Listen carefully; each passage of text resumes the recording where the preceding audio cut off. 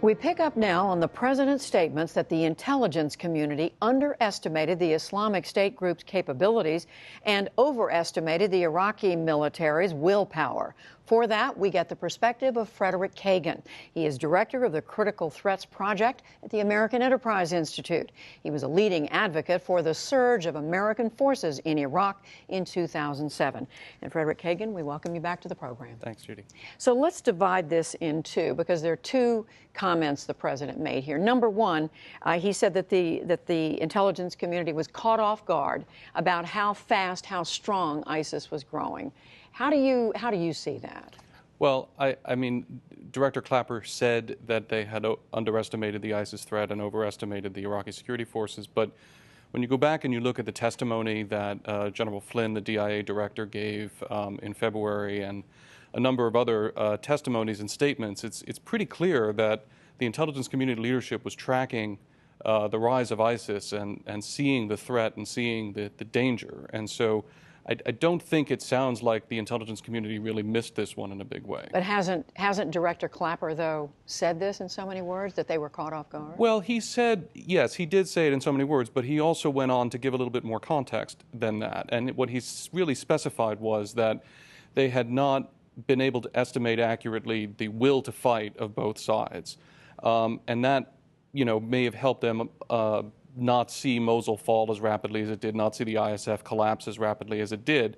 But that's a very particular issue. What he did not say was that they had fundamentally missed or misjudged the rise of ISIS in general or the threat. And he can't say that, really, and he wouldn't say that because his people have been testifying to it. And all this is in the context of, we know there's limited intelligence capability inside Syria anyway to know exactly what's going on inside ISIS as it was growing. Well, right, because we closed our embassy in Damascus. That deprived us of a lot of capability.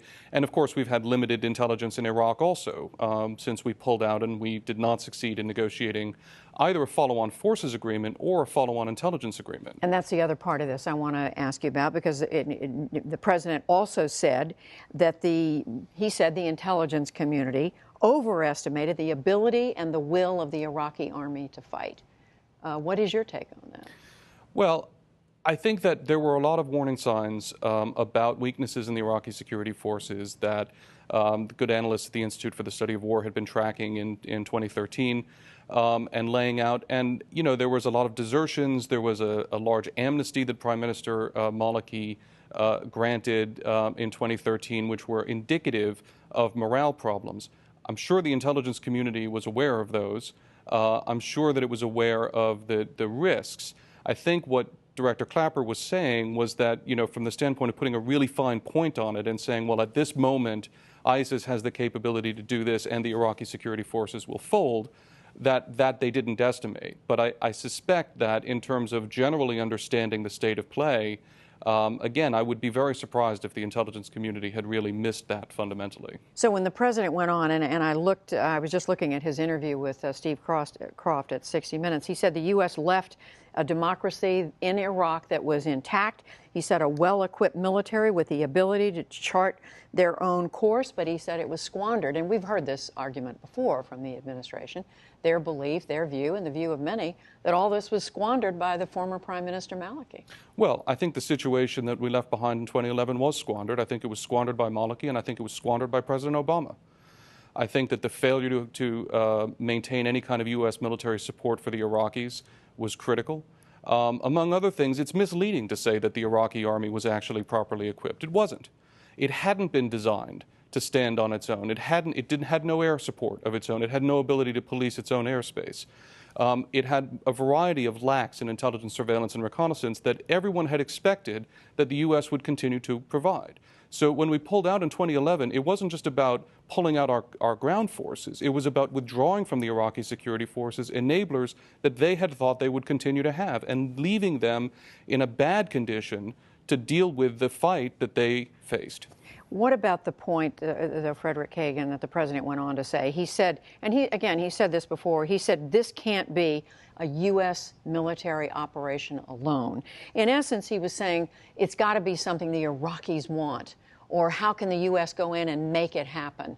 And he's pointing out if the Iraqi military isn't going to fight, how can the U.S. go in and do the fighting for them if they don't want it to happen?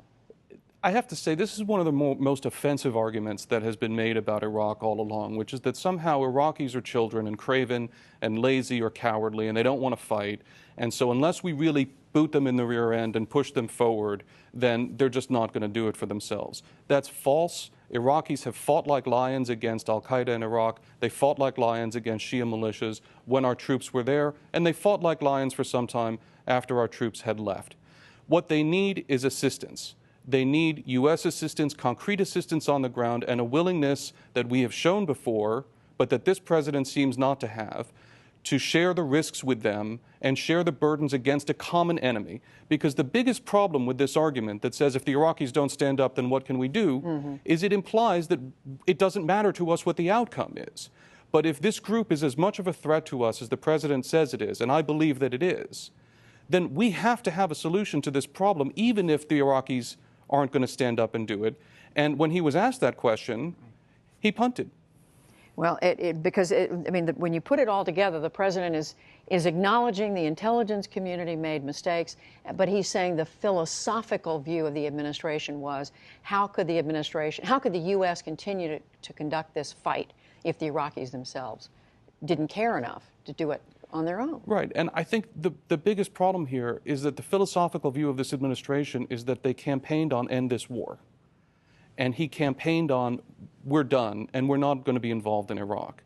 And for 5 years, while Maliki has been making mistakes, and I and many others have been calling attention to them and warning and calling on the administration to press Maliki in various ways, to try to help in various ways, this administration has shown the most profound disinterest in what's going on in Iraq.